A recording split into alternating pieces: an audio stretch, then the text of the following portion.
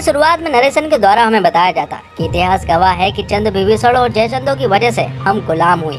ये कहानी एक ऐसी जनजाति गुलामी की है जो कभी राजपूताना सेना के साथ थे, जो कहलाते थे खमेरन। खमेरन राजपूताना सेना के साथ लड़ा करते थे और जब एक बार सेना का सामना मुगलों से हुआ तो खमेरनों की जिंदगी की काया ही पलट गई, जिससे खमेरनों को उत्तरी भारत के काजा नाम के इलाके में जाना पड़ा। पर काजा में तो जात पात का ऐसा भेदभाव था कि काजा के ऊंची जातियों के निवासियों ने खमेरनों को नीची जात बता के वहाँ से भी निकाल दिया। जिसके बाद वक्त गुजरा, सदियां बीत गई और अब तो खमेरनों का अंत भी नजदीक था। तो अब ना तो खमेरनों के पास कोई उम्मीद थी और ना ही कोई सहारा। लेकिन तभी खमेरनों के लिए एक फरिश्ता आया, जैसे ना इतिहास की परवाह थी और ना ही तारीफ की चिंता, जो था कर्म से डकैत और धर्म से आजाद, जिसका नाम था शमशेरा। शमशेरा खमेरनों के लिए एक ऐसा फरिश्ता निकल कर आया जिसने अपना खुद का गिरोह बनाया और ऊंची जात वालों से बदला लिया। और अब उनके ऊपर जुल्म होते नहीं है, बल्कि अब वो ऊंची जात वालों पर जुल्म करते हैं। कुछ दिनों बाद उनका सामना अंग्रेजों से होता है और हाल यूँ था कि वो लोग अंग्रेजों पर भी भारी पड़ते थे, क्योंकि जो शमशेरा की गैंग थी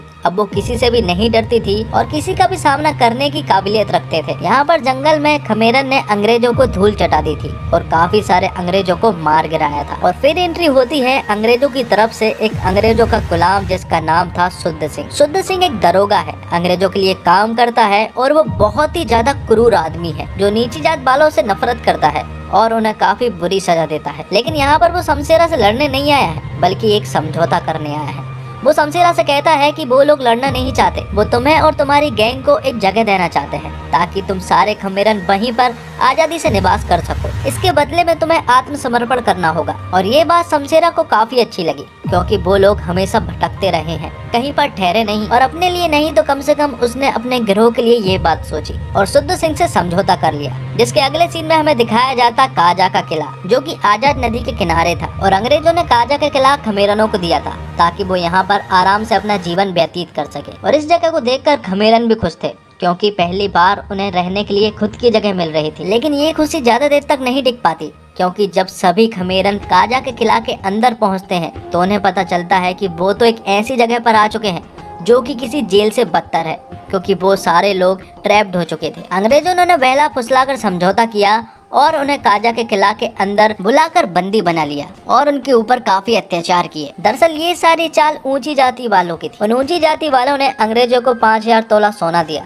जिसके बदले में खमेरन को बंदी बनाने को कहा। इतना सारा सोना देखने के बाद तो अंग्रेजों के मुंह में पानी आ गया, जिसके कारण उन्हें तो खमेरन को बंदी बनाना ही पड़ा। यहाँ पर एक अंग्रेज शमशेरा से कहता है कि अगर वो अपने लोगों की आजादी चाहता है तो वो उनके पास 10,000 तोला सोना लाए और इन सारे लोगों को ले जाए। इस छोटी सी उम्मीद को देखकर शमशेरा खुशी खुशी इस बात को मान जाता है और पेपर पर अंगूठा लगा देता है। लेकिन अब प्रॉब्लम ये थी कि उन्हें 10,000 तोला सोना लाना है, लेकिन उससे पहले उन्हें इस किले से बाहर निकलना होगा, तभी वो लोग कुछ कर सकते हैं। शमशेरा के साथ उसका एक दोस्त था जिसका नाम पीर था, और उन दोनों की बातों से हमें पता चलता है कि किले के नीचे सदियों पहले एक सुरंग थी, लेकिन अब वो सुरंग कहाँ पर है ये नहीं मालूम है। इसलिए शमशेरा पानी के नीचे जाकर देखता है और सुरंग को ढूंढने की कोशिश करता है, पर उसे सुरंग नहीं मिलती है। शमशेरा को पानी की ओर नीचे जाना था, लेकिन वो ज्यादा नीचे नहीं जा सकता था।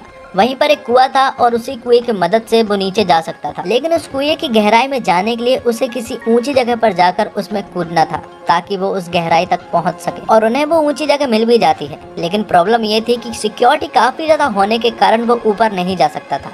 लेकिन एक दिन रात को शमशेरा चोरी छुपे उस ऊंची जगह पर चढ़ने लगा, लेकिन ये सारा नजारा नीचे खड़े पुलिस वाले देख रहे होते हैं, जिसके कारण वो लोग शमशेरा के ऊपर गोलियां चलाने लगते हैं।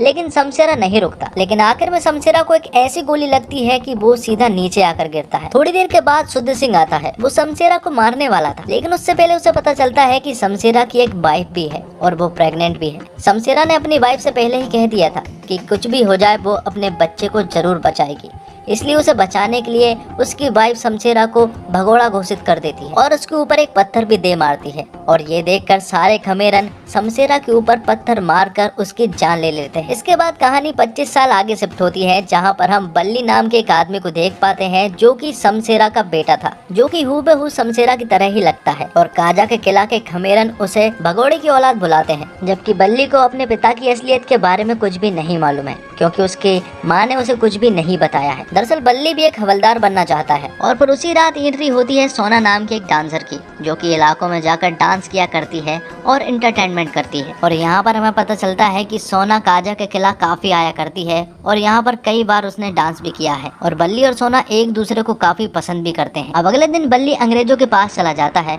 और उनसे कहता है कि उसे भी दरोगा बनना है। तो शुद्ध सिंह उससे कहता है कि अगर वो दरोगा बनना चाहता है तो उसे कुछ परीक्षा देनी होगी। जैसे कि वहाँ पर एक बच्चा बैठा हुआ था, उसके ऊपर 30 कोड़े मारने होंगे। अगर वो उसको 30 कोड़े मार देता है तो वो दरोगा बन जाएगा। लेकिन बल्ली ये नहीं कर पाता क्योंकि वो बच्चा उन्हीं के यहाँ का था। इसलिए वो लोग बल्ली के ऊपर ही 30 कोड़े मारने लगते हैं और बेरहमी से उसकी खाल निकाल देते हैं। रात को बल्ली की माँ उसके ऊपर मरहम लगाने के लिए आती है, लेकिन यहाँ पर बल्ली अपनी माँ से कहता है कि इस मार से इतना दर्द नहीं हुआ, बल्कि जब लोग कहते हैं कि ये भगोड़े की औलाद है तब ज्यादा दर्द होता है।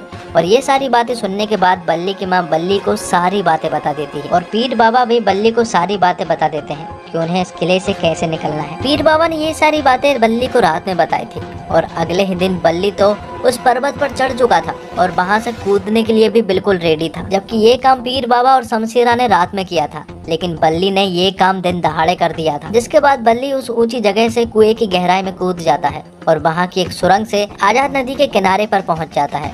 और पीर बाबा ने बल्ली को सब कुछ बता दिया था कि यहाँ से निकलने के बाद उसे कहाँ पर जाना है और किन किन लोगों से मिलना है। उसे दूध सिंह से मिलना था जो कि यहाँ से काफी दूर रहा करते थे। उन्होंने परफेक्ट लोकेशन भी बता दी थी, इसलिए वो आखिरकार दूध सिंह से मिल जाता है। दूध सिंह जैसे ही बल्ली से मिलता है तो उसे शमशेरा की याद आ जाती और उसे पता चल चुका था कि शमशेरा मर चुका है।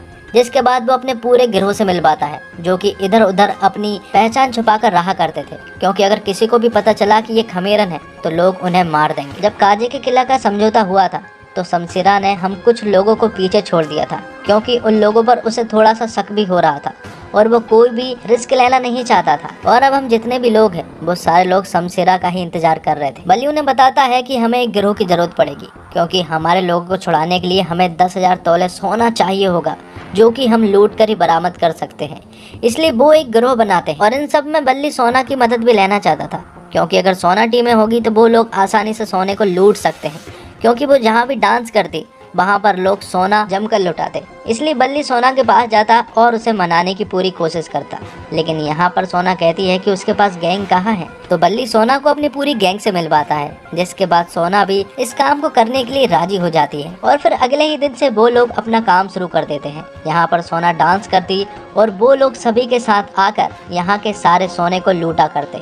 ऐसे ही उन्होंने कई सारे सोने और कई सारे लोगों को लूटा, और उन लोगों को तो वो जरूर लूटा करते थे जो कि ऊंची जाति के होते हैं। और शमशेरा की तरह ही बल्ली की गैंग ने भी उसी तरह से भी दबदबा बना लिया था जैसे कि शमशेरा ने बनाया था। लोग यहाँ पर शमशेरा की गैंग से डरने लगे और धीरे धीरे करके ये बात पूरे एरिया में फैल जाती है। और जब ये बात शुद्ध सिंह के कान में पहुँचती और उसे पता चलता कि इन सारे कामों में सोना उनकी मदद कर रही है, तो वो अगले ही दिन सोना को उठाकर अपने पास ले आता है, क्योंकि उसे पता था कि अगर वो सोना को उठाकर लेकर आ जाएगा तो बल्ली भी यहाँ पर आ जाएगा। हालांकि शुद्ध सिंह को ये बिल्कुल भी नहीं मालूम था कि ये बल्ली कर रहा है, क्योंकि उन लोगों को तो यही लग रहा था कि बल्ली मर चुका है, क्योंकि बल्ली जब कुएं में कूदा था तो उन्हें ऐसा लगा था कि वो मर चुका है, क्योंकि उस कुएं में ढूंढने के बाद उन्हें एक लाश मिली थी जिसकी हालत काफी ज्यादा खराब हो चुकी थी और उन्हें ऐसा ही लग रहा था कि ये लाश बल्ली की ही है। तो आगे अब हम देखते हैं कि शुद्ध सिंह ने सोना को उठाकर ले गया था और देखते ही देखते यहाँ पर एंट्री हो जाती है बल्ली की, जो कि सीधा आकर यहाँ पर एक आग का सर्कल बनाता है, जिसने अपने मुंह पर कपड़ा भी बांध कर रखा था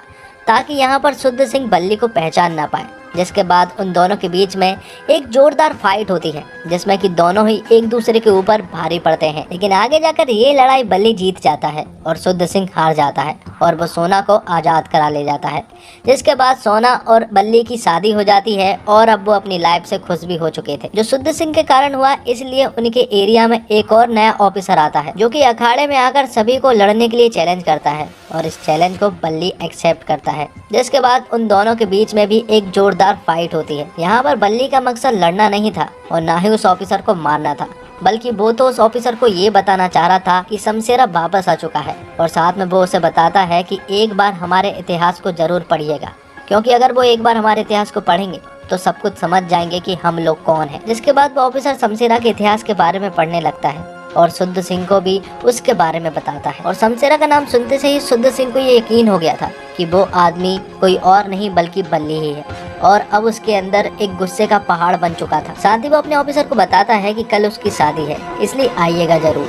इसके अगले सीन में हम देखते हैं कि बल्ली अपने लोगों को बता रहा होता है कि सोना अभी भी कम है और उन्हें कई सारे सोने की जरूरत पड़ने वाली। यहाँ पर उन लोगों को शुद्ध सिंह की शादी के बारे में खबर लगती है और शादी का सोना तो वो अक्सर लूटा करते हैं, इसलिए वो वहाँ पर जाने का प्लानिंग करने लगते हैं और शुद्ध सिंह भी यही चाह रहा होता है कि वो लोग यहाँ पर आए। लेकिन जब बल्ली की गैंग वहाँ पर पहुँचती है तो उन्हें पता चलता है कि सिक्योरिटी काफी टाइट है। लेकिन बल्ली की गैंग यहाँ पर एक खुफिया रास्ते से निकलते हैं और हवन वाली जगह से एंट्री मारते हैं, जिसके बाद वो सभी को बंदी बनाकर यहाँ का सोना लूट लेते हैं। यहाँ का सारा सोना लूटने के बाद वो लोग वापस जाने लगते हैं और जब वो लोग वापस जा ही रहे होते हैं कि तभी शुद्ध सिंह दूर से ही पीताम्बर को गोली मार देता है और पीताम्बर उनकी गैंग का सबसे छोटा आदमी मतलब कि एक लड़का था। पीताम्बर वहीं पर मारा जाता है, जिसके हाथ में सोने की बोरियां थी और वो भी वहीं पर गिर जाती है। ये हादसा हो जाने के बाद बल्ली की पूरी गैंग ये फैसला करती है कि वो सारे लोग कुछ दिनों के लिए अलग अलग हो जाएंगे और दीपावली की रात वो सारे लोग इकट्ठा हो जाएंगे।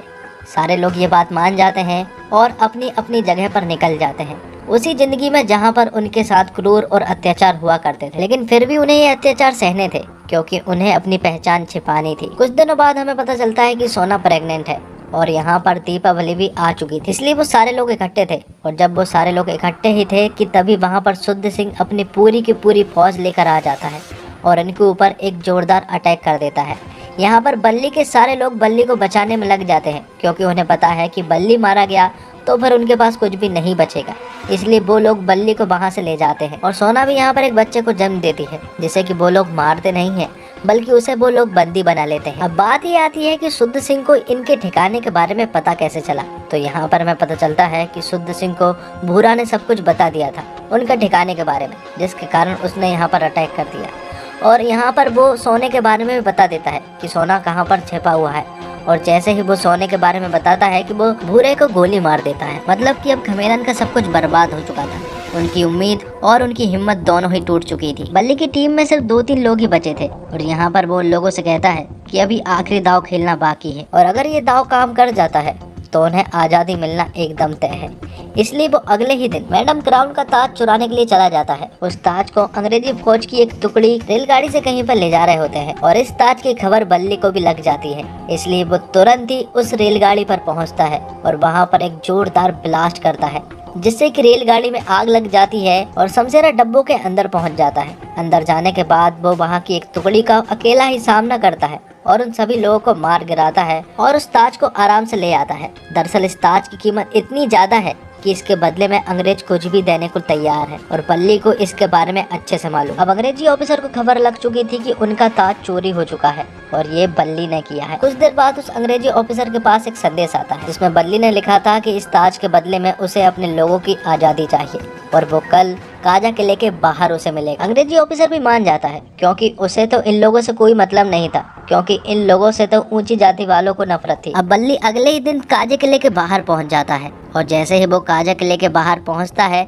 कि अचानक ही शुद्ध सिंह अपने पूरे आदमियों के साथ आता है और यहाँ पर अंग्रेजी ऑफिसरों को गोलियों से छलनी कर देता है क्योंकि उसने उन्हें धोखा दे दिया था। अब सारे अंग्रेजी ऑफिसर मारे जा चुके थे सिवाय उच्च जाति के दरोगा के अलावा क्योंकि इन्हीं लोगों को खमेरन से नफरत है। तो शुद्ध सिंह यहाँ पर बल्ली को भी बंदी बना लेते हैं और जब वो उसे मारने ही वाले होते हैं कि तभी अचानक से कई सारे कौवे उड़ते हुए इनके ऊपर अटैक कर देते हैं, जिसके बाद बल्ली और शुद्ध सिंह के बीच में एक जोरदार फाइट होती है। इस फाइट में दोनों ही एक दूसरे के ऊपर भारी पड़ते हैं और बेरहमी से दोनों एक दूसरे को मारने लगते हैं। लेकिन आखिर में सभी को पता है कि जीत किसकी होनी है क्योंकि हीरो हीरो ही होता है और आखिर में बल्ली शुद्ध सिंह को मार गिराता है। शुद्ध सिंह ने यहाँ पर जितने अंग्रेजों को मारा था उनमें से एक अंग्रेज जिंदा था और वो अफसर था। तो बल्ली ने यहाँ पर उस ताज को छोड़ कर गया था और कहा था कि उसे ताज नहीं चाहिए बल्कि अपने लोगों की आजादी चाहिए थी और बल्ली यहाँ पर शुद्ध सिंह को उसी तरह की मौत देता जैसे कि शमशेरा को मिली थी। तो दोस्तों, फिल्म शमशेरा एक लिहाज से देखा जाए तो सुल्ताना डाकू की कहानी की रूपांतरण फिल्म है।